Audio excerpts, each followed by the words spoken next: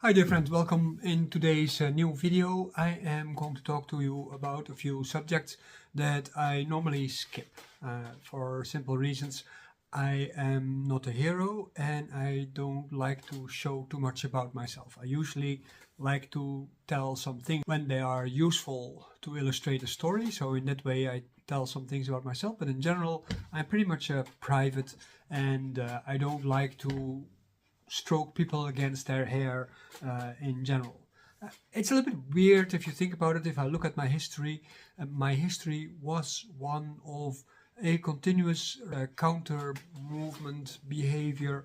Already as a child, I was the sickest child in the neighborhood, so I had to do all kinds of things in a very different way than other people. I had to go to school, of course, and I moved so many times that I didn't have any friends. And insofar as I was able to make contact with people in the short time, I was pretty much bullied.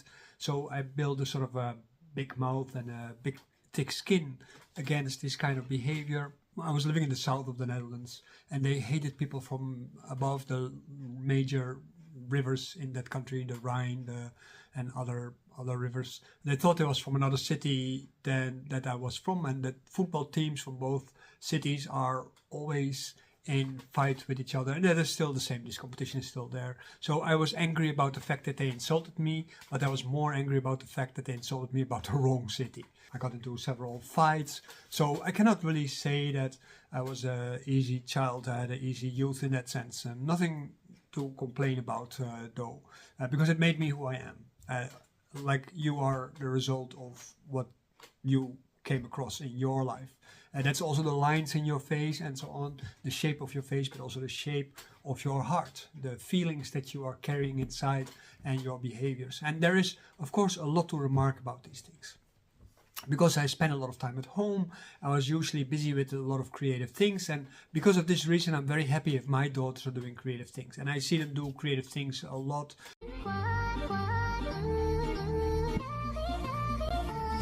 So I'm very happy with that. They do things that I would never be able to do because they learn already as a child to make videos and try to become famous with that, when I was only doing this when I was already almost middle-aged. When I was growing up, I got in my high school, we got one class which was called the art class. And I decided that I wanted to become an artist because I always liked drawing, painting and so on. The heads of school always wanted my drawings in their office rooms because they wanted to show off something that a student had made. And when art class came there, I started doing that. There were some other kids who had artists, painters as their parents. So I was the only one, odd one out. And when I followed classes and art schools, apparently that remained the same. I always was the odd one out. Then I became a painter. I remember my parents getting very scared when I said I wanted to be something like Vincent van Gogh. I really admired Vincent van Gogh because of its color, its shapes, and I didn't really think about his personal history, which was not the happiest one. So my parents became very scared, like, oh, if he's not going to go crazy, because that would not be good.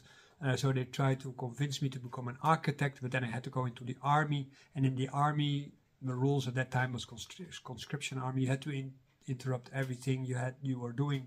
So that means that I was not able to go to the architecture school as my parents had planned for me. And as a result of that, when I came out of the army, which I refused to go into because well, all kinds of things, and that took me there for much longer to get out of that obligation, and they declared me at a certain point nuts, which was also not my plan. And as a result of this being nuts and being too late for the architecture school, I went back to painting and I started making these kind of things. I had, in a few years' time, I had quite a lot of exhibitions, but at a certain point I started getting bored, and I was definitely under the influence of alcohol, drugs and so on. And I started going back to my original passion to try to heal myself, and it was Qigong, meditation, yoga and so on and so on. And as a result of that, I came to this wall where everybody was in whose intent in doing these kind of things runs into. And I wasn't expecting that. And I think most people will not expect that. And either they will give up or they fool themselves and they continue doing things without passing that wall. And as a result of that, they accumulate bad karma. this is how I felt, and this is also how I learned later on. So this is a little bit of a reveal for, the future. I realized I don't know enough. And of course, all the insurance companies, the schools and so on, they insist that you learn Western medicine to understand what you are doing. And Western medicine just doesn't agree with me. I mean, I've been healed by it, so, to a degree. I also been shaped by it, and I definitely had benefits from it. So I'm not saying that Western medicine is not beneficial, but there are a lot of things that it doesn't really understand, and as a result of that, I wanted to do something else. And because I was doing Qigong, meditation, yoga, and so on, I felt very much attracted to Chinese medicine. Not because of me, but because I really liked this one girl who was not a good match for me, really. But she started doing Chinese studies, and I got interested in Chinese studies to understand what she found interesting on that. And as a result of that, I got more and more interested, and I got into these things. I never thought at a certain point it would grip me deep into me, and I would go seek different teachers like Shan Hong Sun. I was studying with Liu, and I was studying with He and Guo and Wang and Yang and You. My last Sifu, where I'm still officially a student with, and I'm a disciple with him, and I became a disciple with several people. And in all these different kind of environments, I run into particular kind of things and issues. My Qigong developed marvelously. I mean, I was invited for conferences in America. I was speaking and giving workshops all over Europe. So as a business, you can say I was making a good growth. I was publishing books in Dutch language, unfortunately only. But it all made me unhappy. It felt something is missing. So at a certain point, I went to study at the Chinese medicine school here in the Netherlands, which was the one which seemed to be most Chinese to me. And I found out that basically it's fake. It's all Western medicine with a Chinese sauce on it. And this is the Chinese medicine that Chinese government has developed, which is nowadays called TCM. When you look at the westernized Chinese medicine, it's all esoterics, or it is Western biology. So they're not that much different from each other. And that was all very frustrating.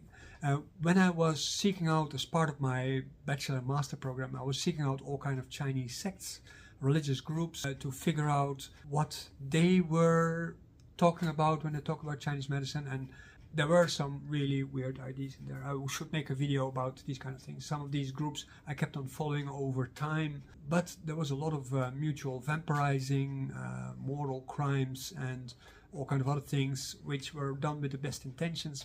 I also learned a lot of things. I learned about Chinese vegetarianism, which is very different from Indian vegetarianism, and also this vegetarianism in relationship to karma, but also in relationship to your physical health and how you relate to nature as a whole. And I do think that a lot of my herbal medicine theories, as I learned them from different sources, root back into that vision, and the module of food medicine that I developed certainly is rooted partly in that, as well as in the Taoist ideas that I learned later. Over time, I learned more and more and more. I went to China more or less out of panic because I was in a bad relationship. And I wasn't going to China because I really wanted to go there, but I needed to go out of the Netherlands to make sure that it didn't go nuts at that moment. I will not tell you about that. That is private, just to mention something. But at the moment when I was there, I came into circumstances that I didn't expect, and that opened my heart to a lot of different kind of things. I was already going to conferences all over the world. Also in China, I kept going to conferences, and I came into the weirdest places. I had this knack ever since I was a child, basically, to come to places where, you would normally not get. So I've seen a lot of things in the world that are not common. Maybe some journalists get in some weird places sometimes, or people with, or maybe I'm just crazy and I get into these places because I'm attracted to it, or these places attract me, I don't know. But at the moment when I got into China, I stayed there for 15 years. I moved within the Taoist Xuanwu Pai group, and with them I lived with them, I trained with them, I went to see masters from different groups and different places in China. I met with people in all kind of layers of society, from governors to workers and so on. So I learned a lot about Chinese culture as a whole, and that gave me a very good understanding of Chinese medicine. And when my children were born, I was like, okay, I do like to go live in China. I just got a really great job offer in a clinic where I would be working for 3 days a week, and I would get broadcast time on TV like once a month, and there would be like 2 million people looking at it. So likely, if I did okay with the TV program, I would have always clients coming, and that would have set out my plans that I developed together with my sister and Li Fang in the Wudang Shenwu Pai, to eventually start teaching about Taoist medicine in the World Health Organization. This was my plan. This was my plan originally. But because of moving back to the Netherlands, I lost a lot of contacts and I had to reinvent myself. And this is how I got into the online education business, basically. And I've been studying all these schools, and I realized at the moment when I was making that, I again run against the wall, because you never know enough when you are teaching. Every teacher who thinks like you just need 1 or 2 books to be able to develop yourself, that is not good. Because at the moment when you start teaching and you do not develop enough and you only read books that basically confirm the worldview that you already have, you would at a certain point become rusted in your ideas. That's the same like when you seek for spiritual development.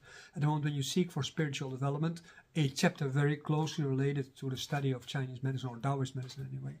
At the moment when you seek for spiritual development, at the moment when you purposefully try to figure out how things work, it doesn't really work. I remember, for instance, when I was living in Nepal during civil war, I got stuck sometimes at places.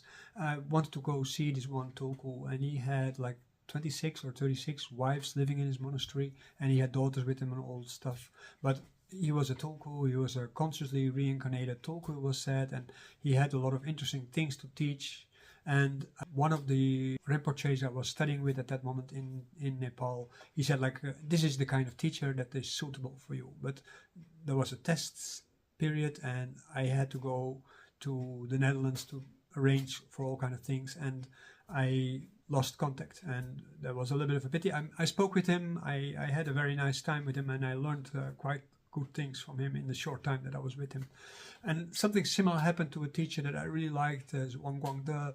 At the moment when I met him, he was already busy dying because he had cancer, and he had a lot of stress in his body because of the Cultural Revolution, and he was very much in control of all his faculties, and he was very concentrated, and he was very good in using language and movement and so on. And in the short time that I was able to follow him, he taught me a lot of different kind of things, and he sent me eventually to my current teacher, Yaoshuan De, who I'm eternally grateful for all the things that he taught me. And I do realize from all the different teachers that I had that I will probably never get to the level that they had, but I got something from them, and this is usually from small remarks, not from big theoretical explanations or anything like that.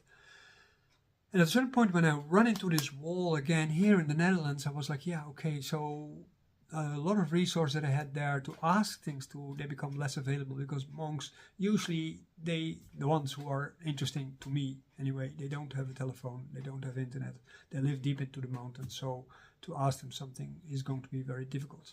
And as a result of that, I started looking for other resources, and I had bought in China the Tao Tsang, and the Tao Tsang is like huge. It's 36 parts of each 1100 pages, double columned and so on, as a print. I first wanted to buy it in Sichuan, the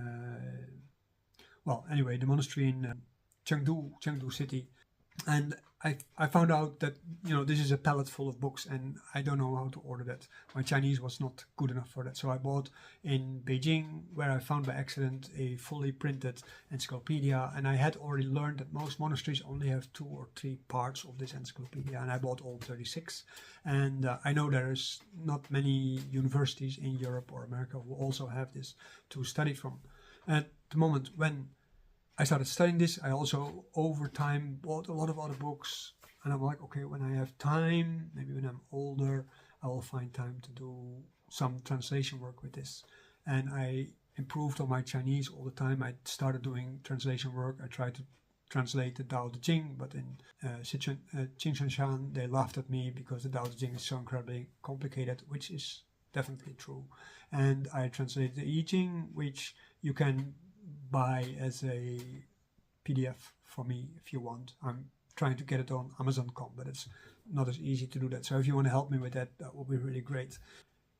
When I, at some point, started getting a little bit of a routine with this, I started thinking about concepts, because a lot of concepts, they are different. When I went to university for my PhD, I was having classes with Professor Hanegraaf, I mentioned him before, and he was talking about how we in our modern time cannot understand text from the Middle Ages very well because our language has evolved so much. English is a very nice example. Old English is definitely not the same at all like modern English. It's more like Old Dutch, and Old Dutch, like South African language, is, not always comprehensible for us also, same.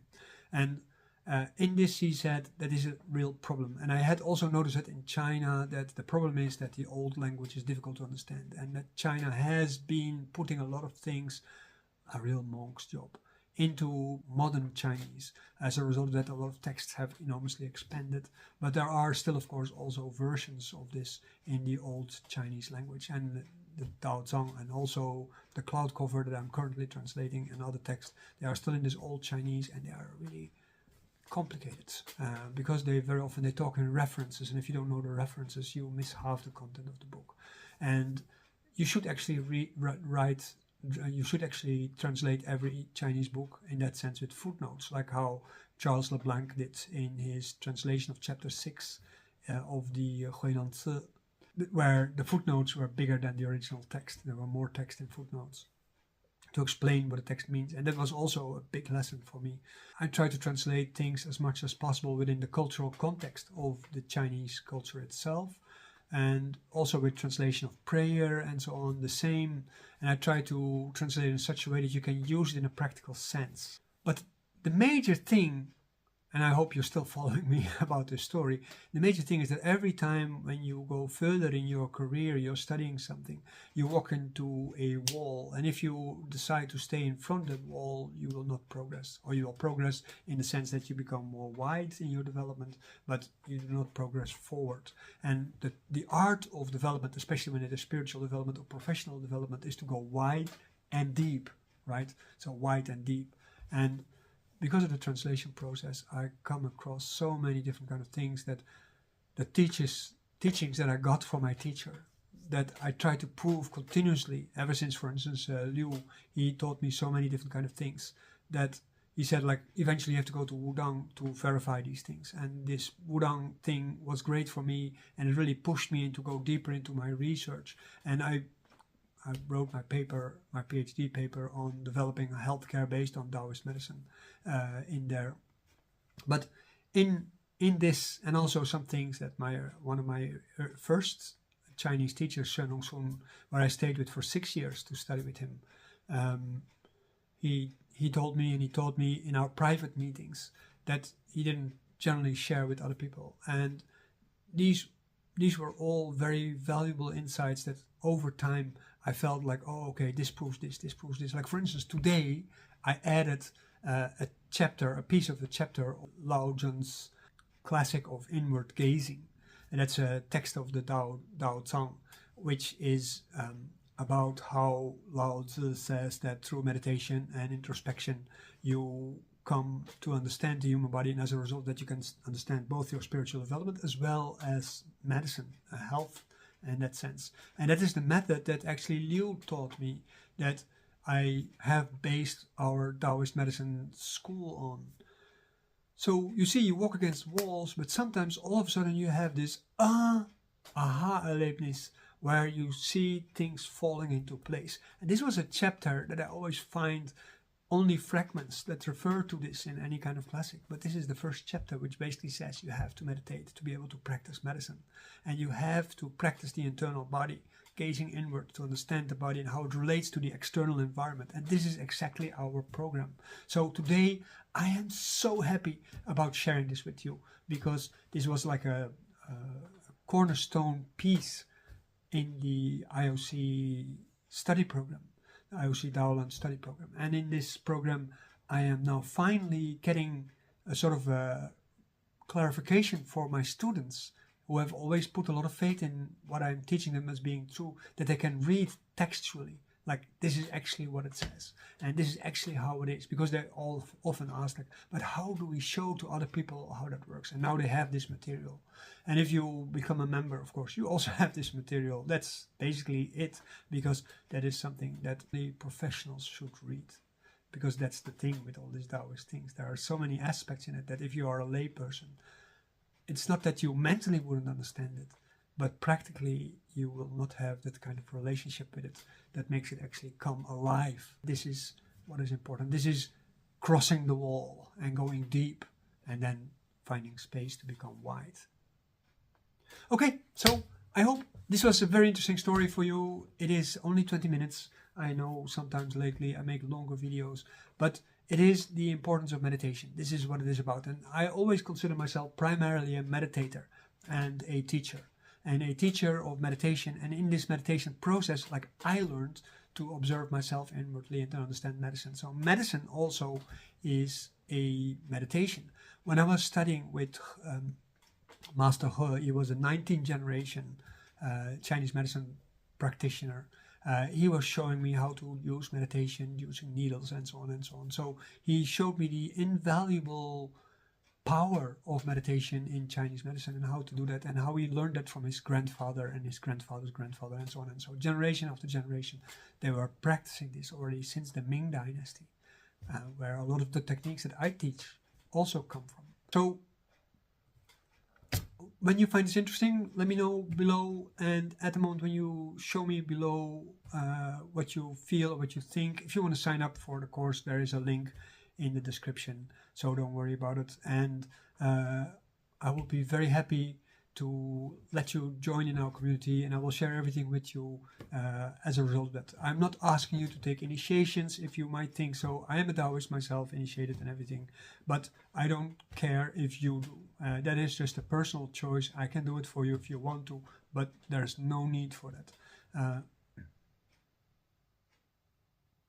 Yeah, there's no need for it. And some things, they might be a little bit easier to learn. But the techniques that I teach, they are all the result of the fact that you are self-initiating by going past the wall and going deep. Thank you for watching all the way till the end. Of course, I look forward to see you also join our program as a student, as a healthcare worker, as a developer, and so on. But if you just want to donate, you're also welcome.